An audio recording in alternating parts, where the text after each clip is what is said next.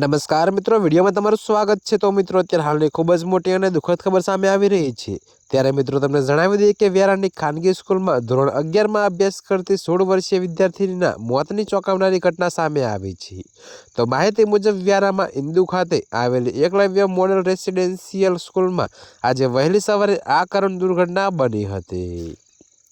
जी हाँ मित्रों, ज्યાં હોસ્ટેલમાં રહેતી અને ધોરણ 11માં અભ્યાસ કરતી આ વિદ્યાર્થીનીનું અચાનક ઢળી પડ્યા બાદ મોત નીપજ્યું છે।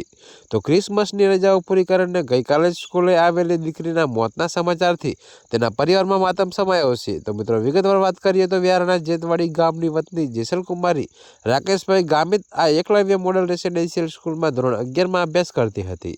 આજે વહેલી સવારે 8 વાગ્યાના અરસામાં સેજલ હોસ્ટેલથી નાસ્તો કરવા માટે જઈ રહી હતી। ત્યારે મિત્રો, તે અચાનક જ જમીન પર ઢળી પડી હતી।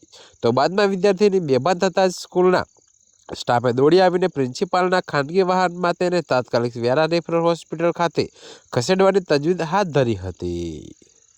જી હા મિત્રો, તો અત્યારે હાલ માટે આટલું જ। મળીશું નવી અપડેટ સાથે। અને જો તમને મારા વિડીયો પસંદ આવતા હોય તો વિડીયોને લાઇક, કોમેન્ટ, શેર અને અમારી ચેનલને સબસ્ક્રાઈબ કરવાનું ભૂલતા નહીં મિત્રો।